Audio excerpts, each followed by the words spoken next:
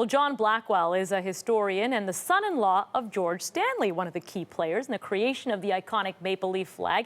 And he joins us now from Antigonish, Nova Scotia. So, John, for about 200 years prior to 1965, Canada flew the Union Jack and the Red Ensign. Why did Lester B. Pearson feel the need to create a new flag? Well, when Pearson was elected in 1963, he'd already made a public commitment to achieve a new flag for Canada. Pearson had been educated in Toronto and London, in Oxford. He was a Rhodes Scholar for Canada. And he also had been a very seasoned diplomat. He'd been in London, he'd been in Washington, he'd been at the UN. He realized the world was changing profoundly in the 1960s, and he knew Canada was changing profoundly. And the centennial of Confederation was only 2 or 3 years away in 1967. So he thought it was totally inappropriate for Canada to have what was really a hand-me-down, unofficial colonial flag. So he thought it was inappropriate, but a lot of controversy was sparked by this creation of a new flag. Tell us a bit about the debate there. Well, his first proposal was something that John Diefenbaker disdainfully dubbed the Pearson pennant. Pearson and Diefenbaker loathed each other to the depths of their being. And the Pearson pennant had been designed by Alan Beddoe, who was the leading heraldic authority and a consultant to the government during this rather tortuous process to achieve a flag.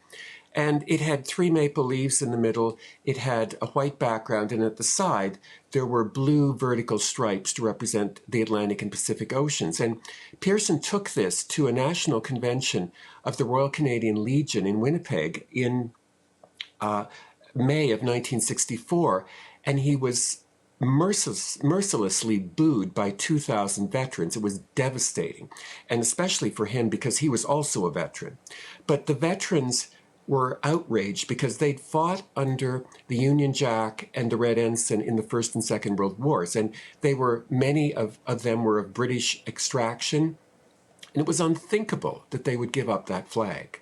And you were just speaking of the other 2 flags. So after they considered thousands of proposals for flags that were submitted by Canadians, a special flag committee was actually formed, and they narrowed it down to 3 final designs. We just showed the first 2, the Pearson pennant and the Red Ensign with the fleur-de-lis and the Union Jacks in the corner. We have that graphic if we can pull it up there.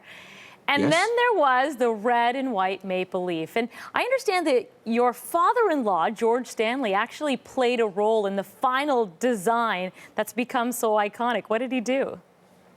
Well, in March of 1964, John Matheson, who was Pearson's point person in the process for achieving a flag, he was Liberal MP for Leeds, which is in Eastern Ontario, centered in the city of Brockville. He went to Kingston, Ontario, to visit his good friend George Stanley, who was Dean of Arts at the Royal Military College. They came out of the college mess, and George pointed up to the college flag, which was flying over the Mackenzie building, and he said, "There, John, is your flag." And Matheson was quite perplexed. He said, "Well, how can we use the college flag for Canada?" And George said, "Well, all you do is you leave the white center, you keep the red borders, and you take out the college crest, and you put in 1 stylized maple leaf, which will represent the unity of Canada." Wow. And so at the last minute, when the flag committee was also in paralysis, John Matheson went to Alan Beddoe and said, "Please draw me a professional rendering of the Stanley design." And after some very clever political maneuvering by John Matheson, an NDP member of Parliament, Reid Scott, who was also on the flag committee, it passed unanimously, much to everyone's amazement. Yeah, I'd imagine with a fair amount of maneuvering. I understand, John. It was not easy. Yeah, it couldn't have been easy. I understand that you're the father of a teenage girl, and you've actually been speaking with other young Canadians about our flag, and many of which have known nothing ever but what we have, the red and white maple leaf. What do you think that flag means to Canadians today, as opposed to when it was created in 1965? Well, I think it's a source of great pride. The Canadian maple leaf flag is recognized and respected around the world. It stands out from all the other flags. It's quite unique.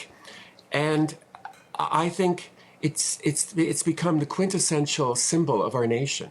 Yeah, and it's a good-looking flag.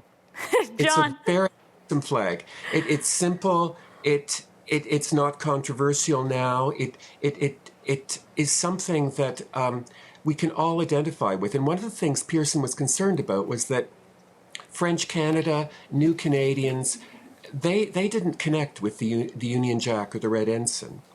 And I mean, if you look at all of the important events that happen now in Canadian culture and life, the sad events, the happy events, the flag is always there. It's on the coffin. It's being carried by the athletes in moments of victory. It is the essence of Canada.